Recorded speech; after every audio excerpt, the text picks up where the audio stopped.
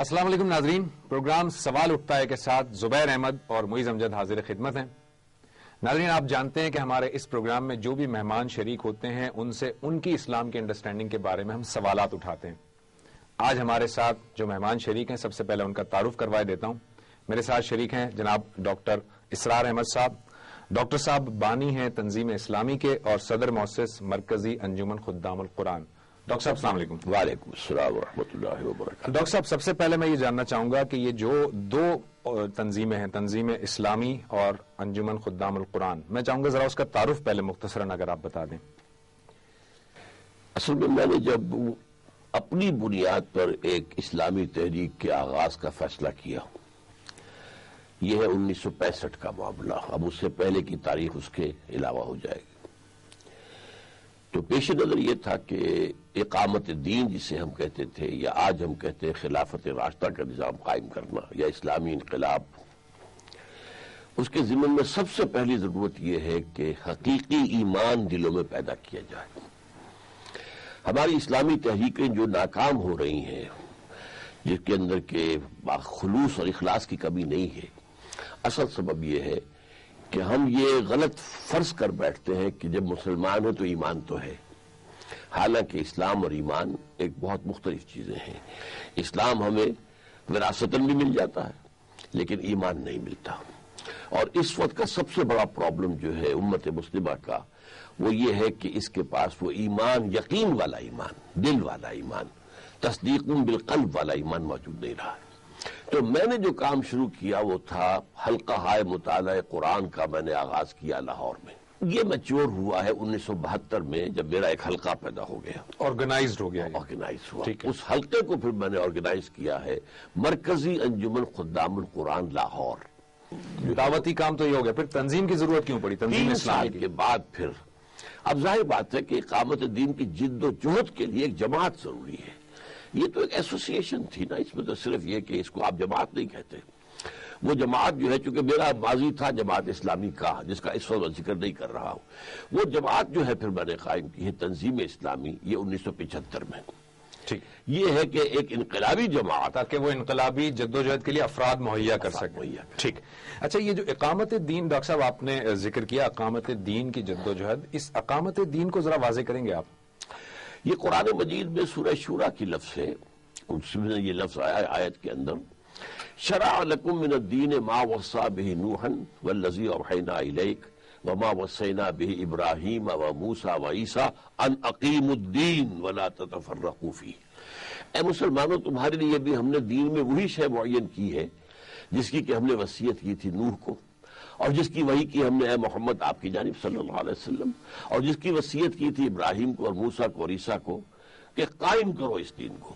تو دین کو قائم کرنا، کیونکہ اسلام جو ہے وہ صرف مذہب نہیں ہے، جو آج جدید سینس کے اندر مذہب جو ہے وہ ایک پرائیویٹ معاملہ ہے انسان کا، اس میں صرف عقائد، کچھ جو ہے ریچولز، کچھ عبادات، موڈز آف ورشپ، کچھ جو ہے کریڈ ہے، بس اللہ اللہ خیر صلی اللہ، اس کے علاوہ کچھ نہیں ہے۔ اسلام دین ہے، مذہب کا لفظ تو قرآن مجید میں آیا ہی نہیں ہے، حدیث بھی جہاں تک میں جانتا ہوں لفظ مذہب نہیں آیا ہے۔ دین کہتے ہیں نظام کو۔ نبی صلی اللہ علیہ وسلم نے یعنی کہ دعوت، ان کا ٹارگٹ یا ان کا مشن دعوت پھیلانا تھا، اور اس کے نتیجے میں ریاست قائم ہو گئی، یا ان کا مقصد ہی اصل میں ریاست کو قائم کرنا تھا تاکہ اسلامی نظام برقرار ہو سکے؟ مقصد میں شامل تھا کہ چاہے لفظ ریاست کہیں استعمال نہیں ہوا۔ آپ کے لیے 3 آیتیں بڑی اہم، یا ایھا المدثر، اے لحاف میں لپٹ کر لیٹنے والے، قم، کھڑے ہو جاؤ، اب اپنی جد و جہد کا آغاز کرو۔ وہ کیا ہے؟ فانذر، آغاز کرو انذار سے، خبردار کرو لوگوں کو کہ زندگی صرف یہ زندگی نہیں ہے، اصل زندگی آخرت کی ہے، اور اس کے لیے قیامت کا دن آنے والا ہے جبکہ تمہارا محاسبہ ہوگا اور پھر جزا و سزا کے فیصلے ہوں گے۔ یہاں سے دعوت شروع ہوتی ہے محمد کی صلی اللہ علیہ وسلم اور تمام انبیاء کی، لیکن اس کا مقصود کیا ہے؟ وَرَبَّكَ فَكَبِّرْ، اپنے رب کی کبریائی کا اعلان کرو، اپنے رب کی کبریائی قائم کرو۔ جماعت اسلامی کے ساتھ آپ کی لمبی وابستگی رہی ہے، آپ اس کے شروع کے ممبرز میں سے تھے، کیا چھوڑنے کی وجہ بنی؟ دیکھیے، میں شروع کے ممبرز میں سے ہرگز نہیں تھا۔ جماعت اسلامی قائم ہوئی ہے 1941 میں، اور میں جماعت میں ایک ہمدرد کی حیثیت سے شامل ہوا ہوں 1947 میں، پاکستان بننے کے بعد۔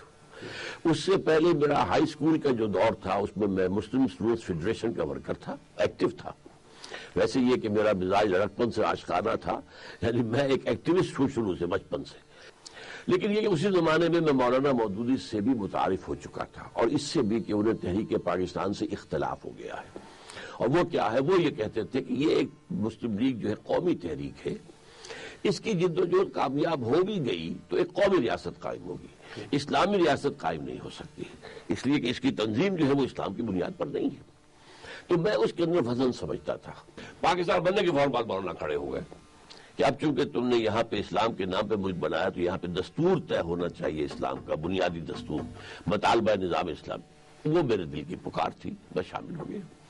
لیکن اس دوران میں نے جو سارا لٹریچر مولانا مودودی کا پڑھا تھا وہ تھا ایک ریولیوشنری، قومی کی بجائے انقلابی.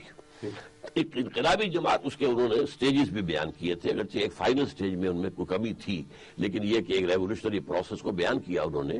اسلامی حکومت کیسے قائم ہوتی ہے، یہ 1940 کا ان کا مقالہ ہے جو اسٹریچی ہال علی گڑھ یونیورسٹی میں انہوں نے پڑھا تھا. بہرحال اس کے مطابق میں نے سمجھا اور گاڑی آگے چلی. لیکن اس کے بعد ہوا یہ ہے کہ 1951 میں پاکستان میں پہلی مرتبہ الیکشن ہوئے صوبائی اسمبلی پنجاب کے. اس میں جماعت اسلامی نے حصہ لیا. میں نے سمجھا کہ اب یہ ڈیویٹ کر گئے ہیں، یعنی وہ اس انقلابی جو مراحل تھا اس میں وہ شامل نہیں تھا. بالکل شامل نہیں تھا. اچھا وہ تو گویا کدھر ہے. میرے نزدیک انتخابات کے ذریعے سے نظام کبھی نہیں بدلا آج تک دنیا میں. نظام بدلتا ہے انقلاب کے ذریعے سے.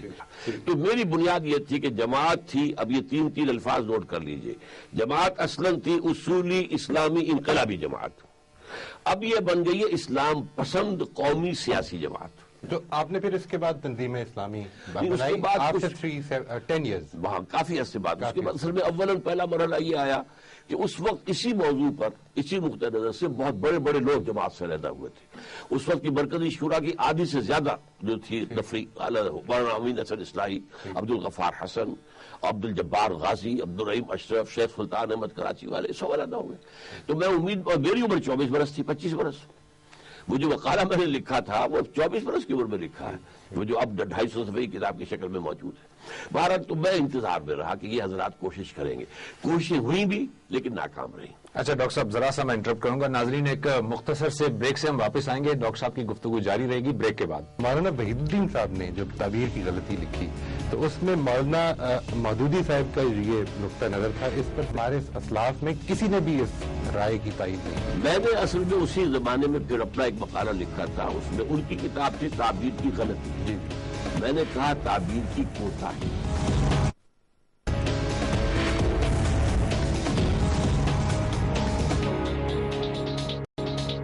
ویلکم بیک ناظرین. ڈاکٹر صاحب سے گفتگو جاری تھی. ڈاکٹر صاحب یہ بتائیے کہ آپ نے جب تنظیم اسلامی بنائی، آپ نے اپنے لٹریچر میں، اپنی مختلف تقریروں میں بھی خلافت علی منہاج النبوہ کا کانسیپٹ دیا ہے، اس کے مراحل بیان کیے ہیں. میں ذرا چاہوں گا اگر مختصراً ان پہ بات کر لیں تاکہ ہم بات کو آگے بڑھائیں. یعنی ایک تو ہے کہ خلافت علی منہاج النبوہ کیا ہے، ایک یہ ہے کہ وہ قائم کیسے ہو سکتی ہے. ان میں سے کون سے ایشو پر آپ چاہتے ہیں کہ کیسے قائم ہوگی؟ کیسے قائم؟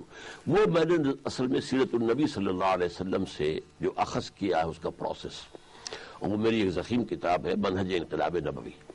کیونکہ میرے نزدیک یہ انقلاب کے ذریعے سے قائم ہو سکتی ہے، کسی اور صرف ریفرمیشن کے ذریعے سے، محض تبلیغ کے ذریعے سے، محض وعظ و نصیحت کے ذریعے سے، محض درس و تدریس نہیں ہو. میں کسی الیکشن انقلاب کا مطلب پھر خونی انقلاب ہوا. وہ خون بھی اس میں دینا پڑتا ہے لازماً، اس کے بغیر کبھی انقلاب دنیا میں نہیں آیا. کوئی نظام اپنی جگہ چھوڑنے کو یعنی صرف دعوت سے نہیں ہوگا، خونی انقلاب ضروری ہے. خونی کا لفظ آپ اس میں لازمی شامل نہ کریں. اچھا. میں